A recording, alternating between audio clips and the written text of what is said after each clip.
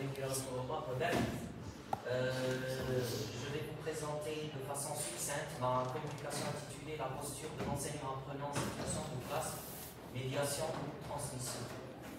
Bien, avant de rentrer dans le contenu, j'aimerais bien vous donner une vue d'ensemble sur les différents points que je vais aborder.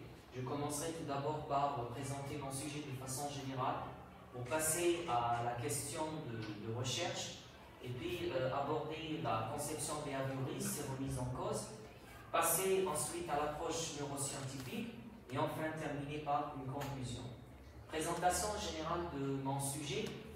Les fruits de la pédagogie nouvelle résident dans l'adoption du paradigme de médiation. Donc vous savez tous que la pédagogie nouvelle a remis en cause les carcans de l'approche communicative qui s'était confinée à un enseignement transmissif, en considérant l'apprenant comme une tête vide qu'on doit remplir de connaissances.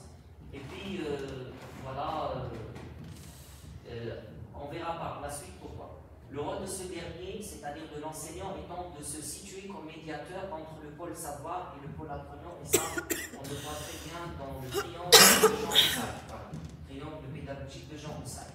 Dans ce sillage, Jérôme Brunner, qui est pédagogue français, affirme que l'apprenant construit ses concepts lui-même de façon à parvenir à une meilleure compréhension du monde et à mener à son terme en autonomie ou dans une relation de médiation la démarche de développement des connaissances. Donc il faut minimiser un peu l'acte d'enseigner et laisser l'opportunité à l'apprenant d'apprendre lui-même. Par exemple, au lieu de donner une définition, je pourrais poser une question qui incite l'apprenant à activer un peu sa réflexion pour chercher la réponse, et cela va bien sûr l'aider à construire son savoir par lui-même. Voilà, à titre d'exemple.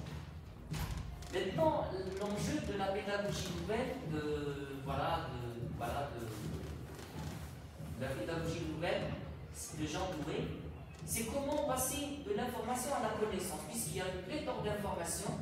Donc on peut avoir des informations sur Internet, on peut les avoir dans un livre, on peut les avoir dans une conférence en écoutant des experts, des communicants.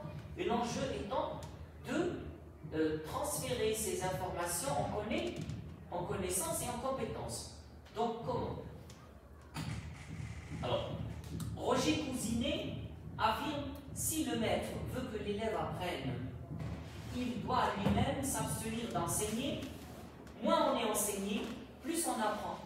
Et là, j'ai repris ce que j'avais expliqué tout à l'heure. Puisqu'être enseigné, c'est recevoir des informations, et qu'apprendre, c'est les chercher.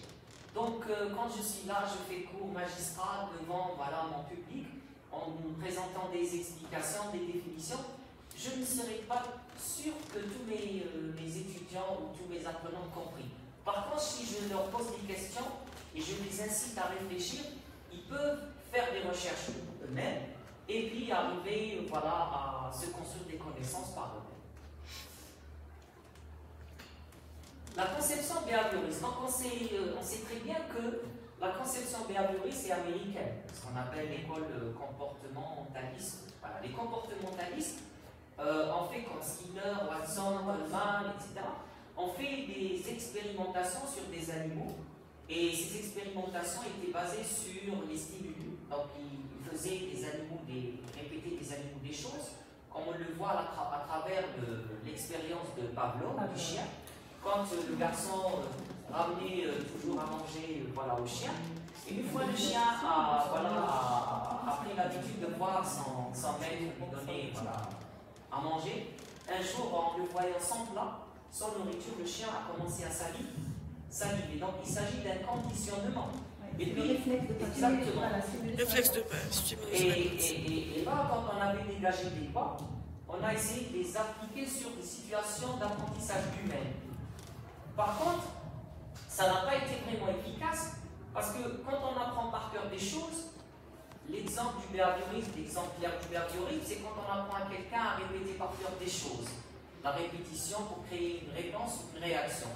Ça ne va pas pour autant amener l'apprenant, ou ça n'est pas pour autant amener l'apprenant à développer une réflexion, à faire face à des situations de problème autres que celui qu'il a apprise avec 100 mètres.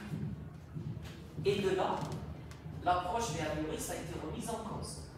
A commencer par la conception de Jean Piaget en 1947, qui, bien sûr, a introduit la conception cognitiviste qui avait pris en considération l'aspect cognitif qui est bien sûr inobservable, par rapport à l'enseignant. Donc l'enseignant, il a l'apprenant devant